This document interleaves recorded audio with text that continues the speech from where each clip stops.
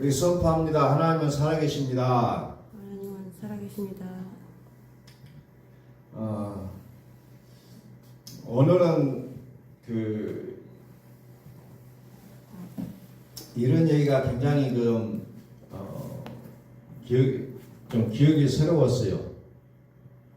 독수리가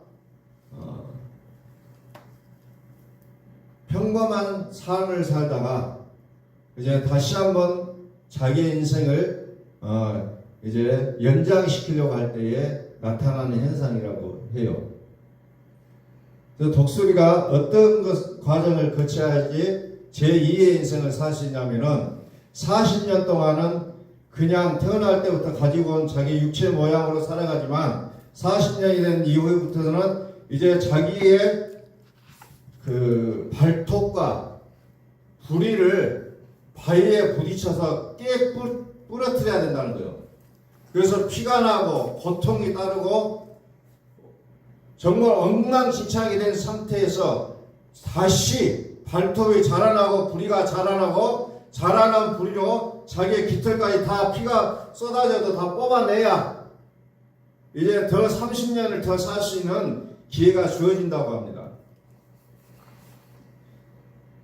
제가 얼마 전에 말씀을 들었듯이 이제 발톱이라는 것을 이제 병원에 가서 잘라내는 것을 좀 경험을 해봤습니다. 많은 사람들이 그 얘기를 하면은 참 듣기도 거부가다고 해요. 생사를 잘라내고 피가 나고 이런 과정들을 겪어야만이 발톱이 정상적으로 자라나서 결국 이제 건강한 발톱이 된다는 그런 얘기예요. 그래서 그런 고통을 겪어보면서 독수리가 뭐 저하고는 같은 내용은 아니지만은 독수리가 자기의 인생을 더 길게 연장시키기 위해서는 자기의 몸을 자기 스스로가 잘라내야 된다는 거예요. 잘라내야 자기가 30년을 더 살 수가 있지, 그렇지 않으면 그냥 편안하게 죽을 수밖에 없다는 거예요. 오늘 이것을 생각하면서 더 나아가서 무엇을 생각했냐면 예수님께서 나를 위해 죽으셨다는 사실을 다시 한번 기억해 봤어요. 예수님께서 십자가에서 죽으시는 그 자신의 그 육신을 잘라내지 않았다면 오늘 우리가 부활의 영광을 얻을 수 있었을 것인가 라는 것을 또 연장선상에서 생각해 본다는 겁니다. 자, 오늘 6절 말씀 보니까 그는 근본 하나님의 본체시나 하나님과 동등됨을 취할 것을 여기지 아니하시고 그랬어요. 오히려 자기를 비워 종의 형체를 가지사 자기 사람들과 같이 되셨고, 자, 이 부분을 또 다른 번역으로 보니까 그 자신이 스스로 명성 없는 자가 되었고 노예 형상을 취했으며 사람처럼 나타나셨고 스스로 낮추셨으며 죽음의 지점까지 복종하셨다. 심지어 십자가의 죽음까지, 이런 내용으로 번역된 것을 읽어봤어요. 스스로 명성 없는 자가 같이 됐고 노예 형상을 취했고 사람처럼 나타났고 스스로 낮추셨으며 죽음의 지점까지 복종했으니 심지어 십자가의 죽음이다. 하나님이지만, 당신은 하나님이지만 사람의 몸을 입어야 됐고 이 몸을 부서뜨리지 아니했다면 우리는 새 생명을 찾을 수가 없었다는 거예요. 그냥 자연의 일부인 독수리가 자기의 발톱을 뽑아내고 부리를 이제 부러뜨리고 깃털을 뽑아내서 자기의 생을 연장시킨 그런 자연적인 그 섭리를 보면서 살아계신 하나님의 그 거룩한 뜻을 우리는 또 발견하게 보게 된다는 겁니다.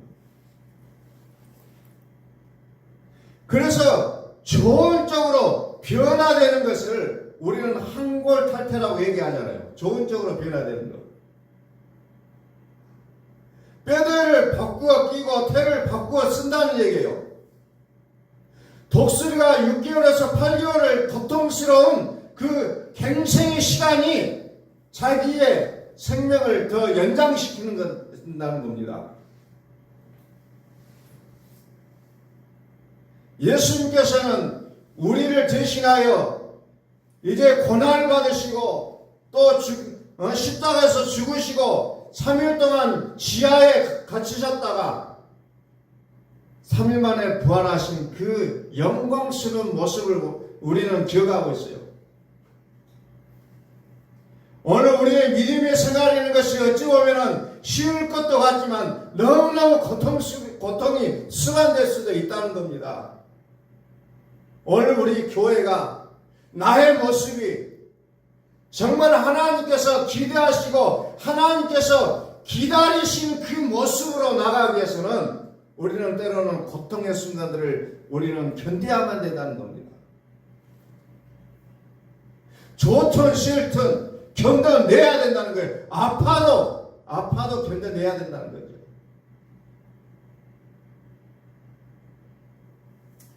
발톱을 잘라내면서 어떻게 보면 그런 부분들을 깊이 한번 생각해 봤습니다.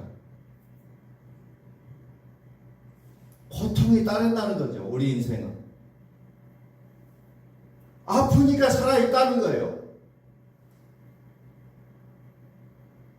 안 아프다면 죽어있는 거잖아요. 심각한 문제예요. 그러면서 내 인생을 아픔을 느끼지 않으려고 발버둥 친다면 이것 또한 문제가 있다는 겁니다. 살아있기 때문에 아프다는 거예요. 예수님께서 발꿈치를 상하게 되는 그 아픔을 견뎌내 주셨기에 우리는 그 부활의 생명으로 들어갈 수 있게 되었다는 겁니다. 창세기 3장 15절 말씀 보아요. 창세기 3장 15절. 내가 너로 여자와 원수가 되게 하고 네 후손도 여자의 후손과 원수가 되게 하리니 여자의 후손은 네 머리를 상하게 할 것이요 너는 그의 발꿈치를 상하게 할 것이나 여자의 후손은 네 머리를 상하게 할 것이요 너는 그의 발꿈치를 상하게 할 것이다. 뱀에게 하는 얘기잖아요. 뱀은 머리를 상하게 될 것이고 여자의 후손은 발꿈치를 상하게 될 것이다. 다시 말해서 이제 사단은 예수님을 죽이는 것 같이 공격했지만 결국은 예수님은 발꿈치를 상하는 정도의 상처를 입었지만 그러나 발꿈치를 상하게 되는 그 동안에 사탄의 머리는 부서지게 된다는 것을 예언하고 있는 내용이라는 겁니다.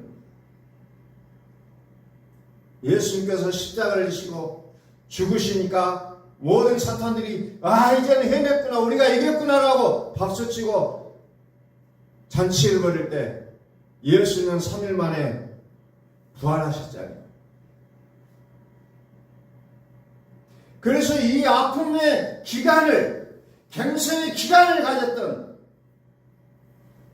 독수리 그 자연의 이치를 통해서 우리는 다시 한번 예수님께서 이제 십자가에 죽으시고 부활하신 그 섭리를 우리가 다시 한번 발견해 보게 된다는 거죠. 고린도전서 2장 2절 말씀 봅니다. 고린도전서 2장 2절. 내가 너희 중에서 예수 그리스도와 그가 십자가에 못 박히신 것 외에는 아무것도 알지 아니하기로 작정하였습니다. 우리는 너무나도 많은 것을 알려고 발버둥 칩니다. 그러나 사도 바울이 뭐라고 합니까? 예수 그리스도와 그가 십자가에 못 박히신 것 외에는 아무것도 알지 아니하기로 작정하였습니다. 예수님께서 나를 위하여 죽으셨구나. 예수님께서 나를 위하여 죽으셨구나. 예수님께서 내 죄를 위하여 죽으셨다는 이 사실을 우리 하고가 차길 때까지 우리가 선포해야 된다는 거예요. 이거 하지 않고서는, 이거 통과하지 않고서 우리가 잘 되려고 생각한다면 착각이라는 겁니다. 예수님께서 나를 위하여 죽으셨다는 이 사실이 나에게 믿음이 되어질 때까지 우리는 그것을 선포하고 선포해야 된다는 거죠. 그것을 일천번제라고 제가 말씀을 드렸습니다. 이사야서 53장에 예수님께서 나를 위하여 행하신 그 일을 우리는 매 순간마다 우리가 밥 세 끼를 먹듯이 이것을 우리는 매 밥 먹을 때마다 내가 정해놓은 시간대마다 이것을 선포하고 외치고 선포하고 외치고 하면서 이것이 나의 믿음이 되도록 우리는 해야 된다는 겁니다. 그랬을 때 예수님께서 나를 온전하게 붙드시고 이끌어 가실 수가 있다는 거예요.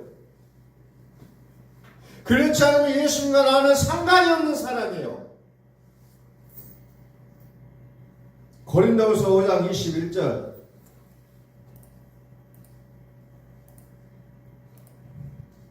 하나님이 죄를 알지도 못하신 일을 우리를 대신하여 죄로 삼으신 것은 우리로 하여금 그 안에서 하나님의 의가 되게 하려 하심이라. 죄를 알지도 못하신 일을 대신하여 죄로 삼으신 것은 고통을 겪게 하시고 죽게 하셨던 것은 그 안에서 우리를 대신하여 죄로 삼으신 것을 통하여서 하나님의 의가 되게 하려 한다는 겁니다. 마치 독수리가 자신의 발톱을 깨고 부리를 바위에 쪼아서 깨고 자기의 기태를 뽑아내고 하는 것은 마치 어리석어 보이잖아요. 왜 자기 몸을 해야 할까 하지만 그것을 통해서 자기의 생명을 30년간 연장시킬 수 있었던 것처럼 이제 예수님께서 우리의 죄를 대신하여 고난을 받으시고 십자가에 죽으신 것을 통해서 우리는 무엇을 얻게 하냐? 하나님의 의가 되게 하신다고 했잖아요. 로마서 4장 25절에 예수님은 우리의 범죄함 때문에 내짐이 되고 우리를 의롭게 하시게 하여 살아나셨느니라. 우리를 의롭게 하여 살아나셨다는 거죠. 의롭게 하기 위해서. 고통을 너무 외면하려고 하지 마시고 정말 이것이 나에게 필요한 고통이라면 우리는 주님을 찬양할 수 있는 그런 자리로 나아가셔야 된다는 겁니다. 마태복음 26장 39절 말씀을 찾아봅니다. 예수님께서 십자가를 앞두고 이제 고민이 되시잖아요. 왜? 사람이 몸을 입고 이 땅에 오셨기 때문에. 그래서 겟세마네 동산에서 얼굴을 땅에 대시고 엎드려 기도하십니다. 내 아버지여, 만일 할만하시거든 이 잔을 내게서 지나가게 하옵소서. 그러나 나의 원대로 마시고 아버지의 원대로 하옵소서. 그러나 영생을 얻으려면 죽어야 된다는 거예요. 고통을 받아야 된다는 겁니다. 그래야 영생이 있다는 거예요. 그것을 우리에게 가르쳐 주는 거예요.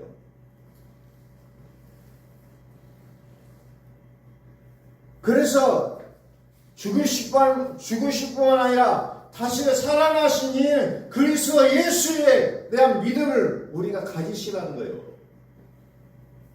그냥 살아나셨고 영광스러운 그 모습만을 기억하라는 것이 아니라 죽었다는 것, 고난을 당하셨다는 것까지도 기억하고 그리고 그것을 통해서 다시 살아나신 것을 우리가 기억하라는 겁니다. 그런데 중요한 것은 뭐예요? 지금은 살아있는 자라. 과거에는 죽었었느라. 그래서 우리는 그리스도 예수라고 믿는다는 겁니다. 그리스도 예수. 그리스도 예수. 그 믿음을 가지라는 거예요.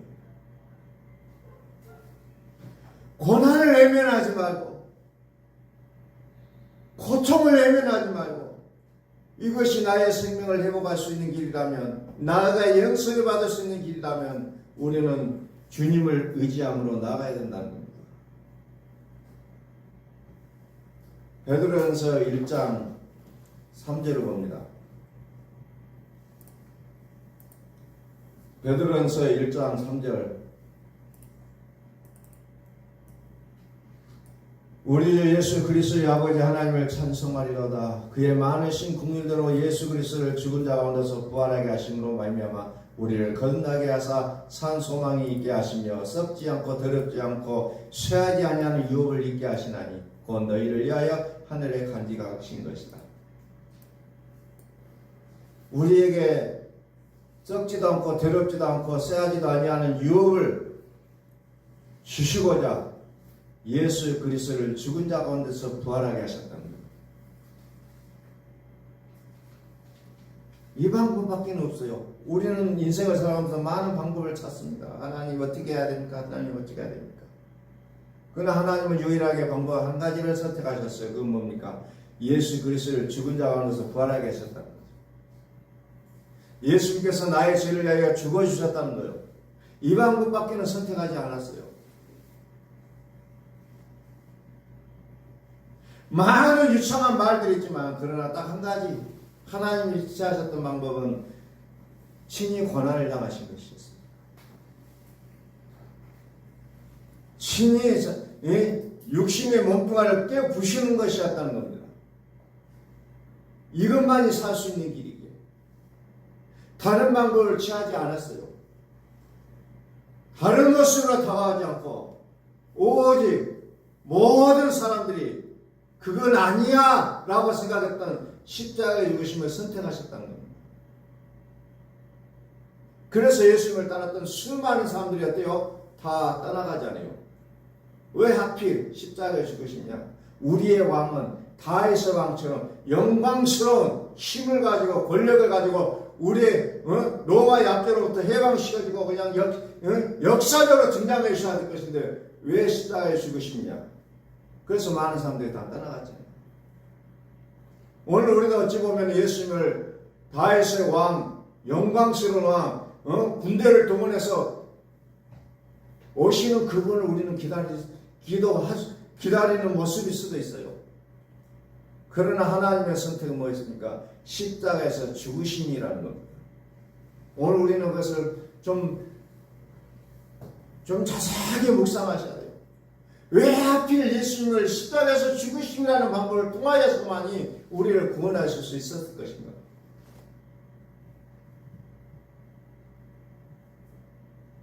더 깊이 묵상해 보셔야 돼요. 왜 하나님이 이 방법밖에는 선택하지 않았을까?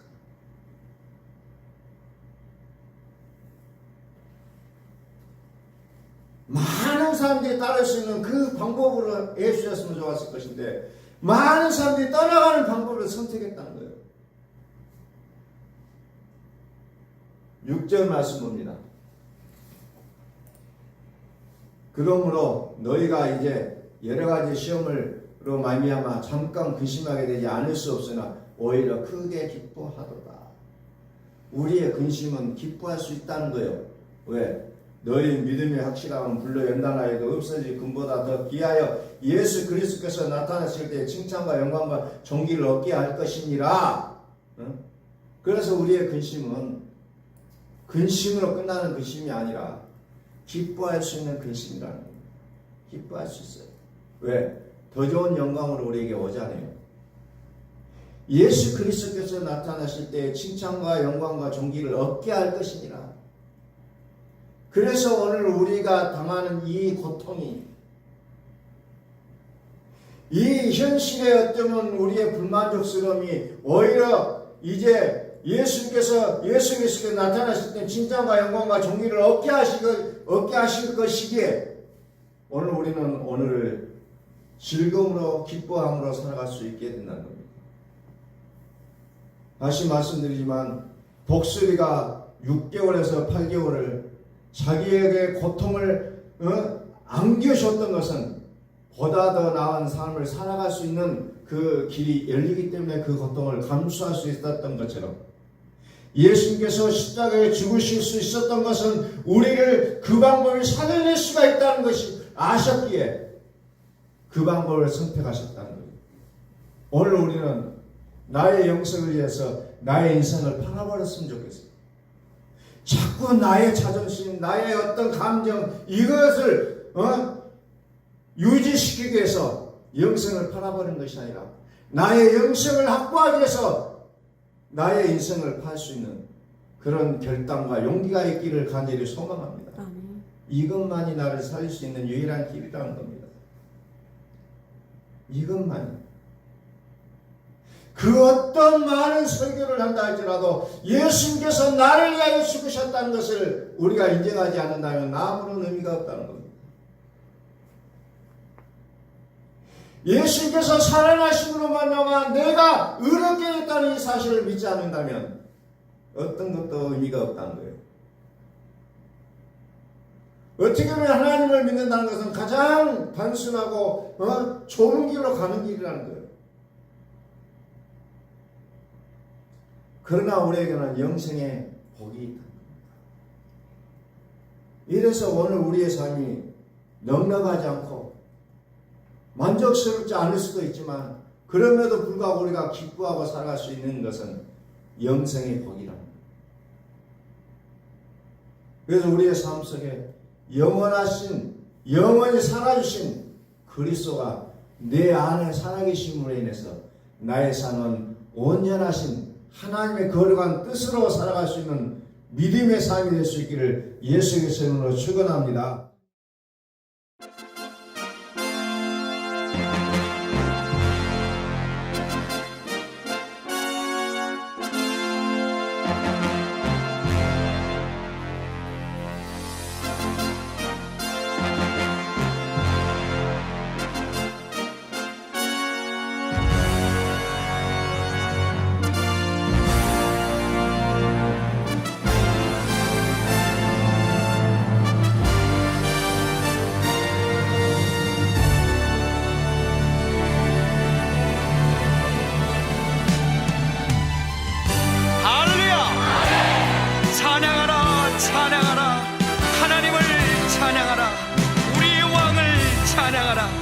하나님은 온 땅의 왕이 되시며 열방을 지배하시니 그 이름을 선포합시다.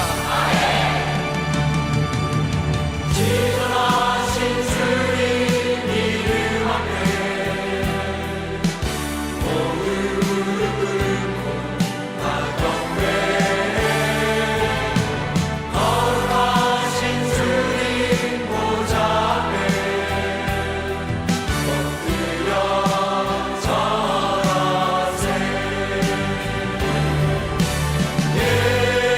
예수는 그리스도